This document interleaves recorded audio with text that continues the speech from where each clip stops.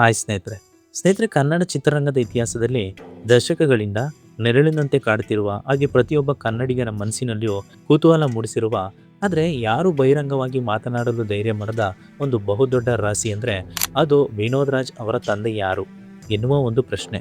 ಸ್ನೇಹಿತರೆ, ಇತ್ತೀಚೆಗೆ ಲೀಲಮ್ಮ ನಿನ್ನ ಗಂಡ ಯಾರಮ್ಮ ಎಂಬ ಪುಸ್ತಕ ಬಿಡುಗಡೆಯಾಗಿ ಈಗ ಸ್ಯಾಂಡಲ್ವುಡ್ನಲ್ಲಿ ಮತ್ತು ಇಡೀ ಕರ್ನಾಟಕದಲ್ಲಿ ದೊಡ್ಡ ಮಟ್ಟದ ಬಿರುಗಾಳಿಯನ್ನೇ ಎಬ್ಬಿಸಿದೆ. ಸ್ನೇಹಿತರೆ, ಅಷ್ಟಕ್ಕೂ ಈ ಪುಸ್ತಕವನ್ನು ಬರೆದವರು ಯಾರು, ಇದರಲ್ಲಿರುವ ಸತ್ಯಾಂಶಗಳೇನು, ಹಾಗೆ ವಿನೋದ್ ರಾಜ್ ತಮ್ಮ ತಂದೆ ಹೆಸರನ್ನ ಕೊನೆಗೂ ಏಕೆ ಬಹಿರಂಗಪಡಿಸಲಿಲ್ಲ ಮತ್ತು ಬೆಳ್ಳಿ ಪರದೆ ಮೇಲೆ ಡ್ಯಾನ್ಸ್ ರಾಜ ಹಿಂದೆ ಮೆರೆಯಬೇಕಿದ್ದ ನಟನನ್ನ ಚಿತ್ರರಂಗದ ಒಳಗಿನ ಕುತಂತ್ರಗಳು ಹೇಗೆ ಕೆಳಗೆ ತಳ್ಳಿದವು ಎಂಬುದನ್ನು ಇವತ್ತಿನ ವಿಡಿಯೋದಲ್ಲಿ ಡೀಟೇಲ್ ಆಗಿ ತಿಳಿದುಕೊಳ್ಳೋಣ. ಸ್ನೇಹಿತರೆ, ವಿಡಿಯೋ ಅಂತೂ ತುಂಬಾ ಇಂಟ್ರೆಸ್ಟಿಂಗ್ ಆಗಿರುತ್ತದೆ. ವಿಡಿಯೋನ ಎಲ್ಲೂ ಕೂಡ ಸ್ಕಿಪ್ ಮಾಡದೆ ಕೊನೆ ತನಕ ನೋಡಿ. ಹಾಗೆ ವಿನೋದ್ ರಾಜ್ ಫ್ಯಾನ್ ಆಗಿದ್ರೆ ನೀವು ಕೂಡ ವಿನೋದ್ ರಾಜ್ ಎಂದು ಕಾಮೆಂಟಲ್ಲಿ ತಿಳಿಸಿ. ಸ್ನೇಹಿತರೆ, ಮೊದಲನೇದಾಗಿ ಈ ಲೀಲಮ್ಮ ನಿನ್ನ ಗಂಡ ಯಾರಮ್ಮ ಎಂಬ ಪುಸ್ತಕದ ಹಿನ್ನೆಲೆಯನ್ನು ನಾವು ಸರಿಯಾಗಿ ಅರ್ಥ ಮಾಡಿಕೊಳ್ಳಬೇಕು.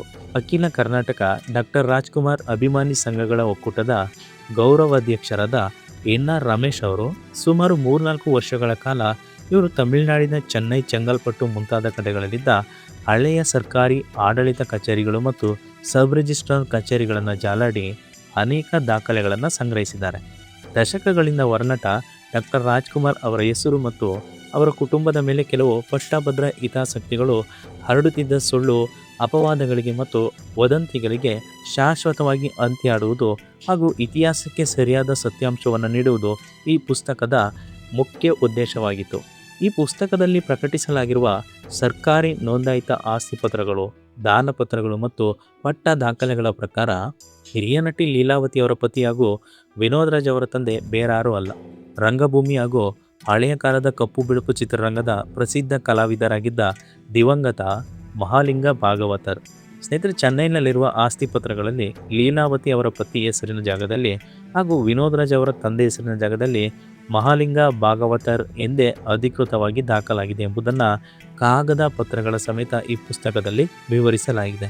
ಸ್ನೇಹಿತರೆ, ದಶಕಗಳಿಂದ ಹರಿದಾಡುತ್ತಿದ್ದ ಎಲ್ಲ ಊಹಾಪೋಹಗಳಿಗೆ ಈ ಕಾನೂನುಬದ್ಧ ದಾಖಲೆಗಳು ಮುಕ್ತಾಯ ಆಡುತ್ತವೆ ಎಂಬುದು ಲೇಖಕರ ವಾದ.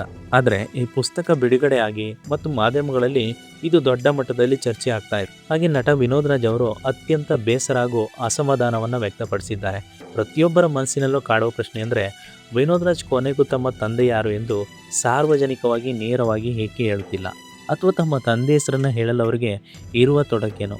ಇದರ ಹಿಂದಿರುವ ಒಬ್ಬ ಮಗನ ಭಾವನಾತ್ಮಕ ನಿಲುವು ವಿನೋದ್ ರಾಜ್ ಅವರ ಇಡೀ ಜೀವನದಲ್ಲಿ ಅವರ ತಾಯಿ ಲೀಲಾವತಿಯವರೇ ತಂದೆಯಾಗಿದ್ದರು. ಸ್ನೇಹಿತರೆ, ತಂದೆಯಾಗಿದ್ದರು, ಗುರುವಾಗಿದ್ದರು ಮತ್ತು ದೈವವಾಗಿದ್ದರು. ಲೀಲಾವತಿಯವರು ಒಬ್ಬಂಟಿಯಾಗಿ ಸಮಾಜದ ಅಪಹಾಸ್ಯ, ಕಷ್ಟ ನಷ್ಟಗಳು ಮತ್ತು ಚಿತ್ರರಂಗದ ಸವಾಲುಗಳನ್ನು ಎದುರಿಸಿ ವಿನೋದ್ ಅವರನ್ನು ಬೆಳೆಸಿದರು. ವಿನೋದ್ ರಾಜ್ ಅವರಿಗೆ ತಮ್ಮ ತಾಯಿಯ ತ್ಯಾಗ ಮತ್ತು ಅವರು ಪಟ್ಟಂಥ ಶ್ರಮಕ್ಕೆ ಗೌರವ ನೀಡುವುದಕ್ಕಿಂತ ದೊಡ್ಡದು ಯಾವುದೂ ಇರಲಿಲ್ಲ. ಪ್ರತಿಯೊಂದು ಮಾಧ್ಯಮದ ಸಂದರ್ಶನದಲ್ಲೂ ಅವರು ನನಗೆ ತಾಯಿಯೇ ತಂದೆ, ತಾಯಿಯೇ ಎಲ್ಲವೂ, ನನ್ನ ತಾಯಿಯ ಸಾಲವನ್ನು ತೀರಿಸಲು ಈ ಜನ್ಮ ಸಾಲದು ಎಂದೇ ಹೇಳುತ್ತಾ ಬಂದರು.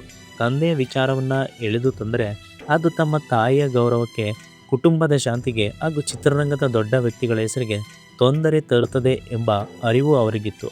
ಸ್ನೇಹಿತರೆ, ಅದಕ್ಕಾಗಿ ಅವರು ದಶಕಗಳ ಕಾಲ ಮೌನಕ್ಕೆ ಶರಣಾಗಿದ್ದು. ತಾಯಿ ಲೀಲಾವತಿಯವರು ವೃದ್ಧಾಪ್ಯದಲ್ಲಿದ್ದಾಗ ಮತ್ತು ಅವರು ನಿಧನರಾದ ಮೇಲೆಯೂ ಕೂಡ ನನ್ನ ತಾಯಿ ಬದುಕಿದಾಗ ಅನುಭವಿಸಿದ ನೋವು, ಅನುಮಾನಗಳು ಸಾಕು. ಅವರು ತೀರಿಕೊಂಡ ಮೇಲಾದರೂ ಅವರನ್ನು ಪ್ರಶಾಂತವಾಗಿರಲು ಬಿಡಿ. ಈಗ ಮತ್ತೆ ಹಳೆಯ ವಿಷಯಗಳನ್ನು ಕೆದಕಿ ರಾಜಕೀಯ ಮಾಡಬೇಡಿ ಎಂದು ವಿನೋದ್ ರಾಜ್ ಕಣ್ಣೀರಿಡುತ್ತಾ ಮನವಿ ಮಾಡಿಕೊಂಡಿದ್ದಾರೆ. ಇನ್ನು ಕನ್ನಡ ಚಿತ್ರರಂಗದ ಕರಾಳ ಅಧ್ಯಾಯದ ಕಡೆಗೆ ಗಮನ ಹರಿಸುವುದಾದರೆ, ವಿನೋದ್ ರಾಜ್ ಅವರ ವೃತ್ತಿ ಜೀವನ ಹಾಳಾದ ಕತೆ ಪ್ರತಿಯೊಬ್ಬ ಸಿನಿಮಾ ಪ್ರೇಮಿಯ ನೆನಪಿನಲ್ಲಿ ಒಂದು ದೊಡ್ಡ ಗಾಯವಾಗಿ ಉಳಿದಿದೆ. ಅದು 80 ಮತ್ತು 90ರ ದಶಕದಲ್ಲಿ ಕನ್ನಡ ಚಿತ್ರರಂಗಕ್ಕೆ ಮೈ ನವಿರೇಳಿಸುವಂಥ ಅದ್ಭುತ ನೃತ್ಯ ಶೈಲಿ ಮತ್ತು ಅಪಾಯಕಾರಿ ರಿಸ್ಕಿ ಸಾಹಸ ಸನ್ನಿವೇಶಗಳನ್ನು ಪರಿಚಯಿಸಿದ ಶ್ರೇಯಸ್ಸು ನಮ್ಮ ವಿನೋದ್ ರಾಜ್ ಅವರಿಗೆ ಸಲ್ಲುತ್ತದೆ. ಡ್ಯಾನ್ಸ್ ರಾಜ ಡ್ಯಾನ್ಸ್ ಸಿನಿಮಾ ಬಿಡುಗಡೆಯಾದಾಗ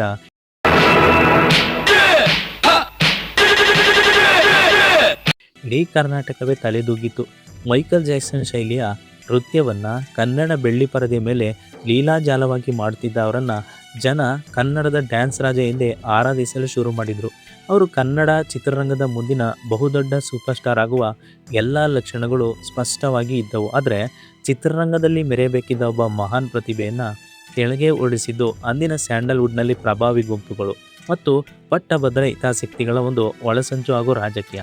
ಸ್ನೇಹಿತರೆ, ವಿನೋದ್ ರಾಜ್ ಅವರ ಅತಿಯಾದ ಬೆಳವಣಿಗೆ ಮತ್ತು ಕ್ರೇಜನ್ನು ಸಹಿಸದ ಕೆಲವರು ಅವರ ವಿರುದ್ಧ ತೆರೆಮರೆಯಲ್ಲಿ ಕೆಲಸ ಮಾಡಲು ಶುರು ಮಾಡಿದರು. ಅವರಿಗೆ ಬರಬೇಕಿದ್ದ ಒಳ್ಳೆಯ ಕಥೆಗಳು, ದೊಡ್ಡ ಬ್ಯಾನರ್ಗಳ ಸಿನಿಮಾಗಳು ಅವರ ಕೈ ತಪ್ಪುವಂತೆ ಮಾಡಲಾಯಿತು. ಅವರ ನಟನೆಯ ಸಿನಿಮಾಗಳು ಚಿತ್ರಮಂದಿರಗಳಿಗೆ ಬಂದಾಗ ಅವುಗಳಿಗೆ ಉತ್ತಮ ಪ್ರೈಮ್ ಟೈಮ್ ಪ್ರದರ್ಶನಗಳು ಸಿಗದಂತೆ ತಡೆಯಲಾಯಿತು. ವಿತರಕರು ಮತ್ತು ಪ್ರದರ್ಶಕರಿಗೆ ಒತ್ತಡ ಏರಿ ಅವರ ಸಿನಿಮಾಗಳನ್ನು ಚಿತ್ರಮಂದಿರಗಳಿಂದ ಬೇಗನೆ ತೆರವುಗೊಳಿಸುವಂತೆ ಒಂದು ಸಂಚನ್ನು ರೂಪಿಸಲಾಯಿತು.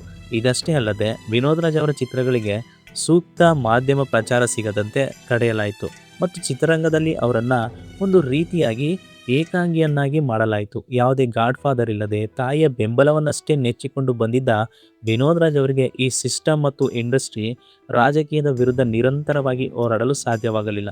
ಒಬ್ಬ ಅಪರೂಪದ ಕಲಾವಿದನಿಗೆ ಸಿಗಬೇಕಾದ ಪ್ರೋತ್ಸಾಹ, ಅವಕಾಶ ಮತ್ತು ಗೌರವಗಳು ಸಿಗದಿದ್ದಾಗ ಅವರು ಮನನೊಂದು ಬೇಸತ್ತು ಚಿತ್ರರಂಗದ ಹೊಳಪಿನಿಂದ ದೂರವಾಗಿ ಸೋಲೊಪ್ಪಿಕೊಂಡ್ರು. ಕೊನೆಗೆ ನೆಲಮಂಗಲದ ಬಳಿ ಸಾಲಂಗಿ ಪಾಳ್ಯದ ತಮ್ಮ ಫಾರ್ಮ್ ಹೌಸ್ನಲ್ಲಿ ಕೃಷಿ ಮಾಡುತ್ತಾ ತಾಯಿಯ ಸೇವೆಯಲ್ಲಿ ಸಂಪೂರ್ಣವಾಗಿ ತೊಡಗಿಸಿಕೊಂಡ್ರು.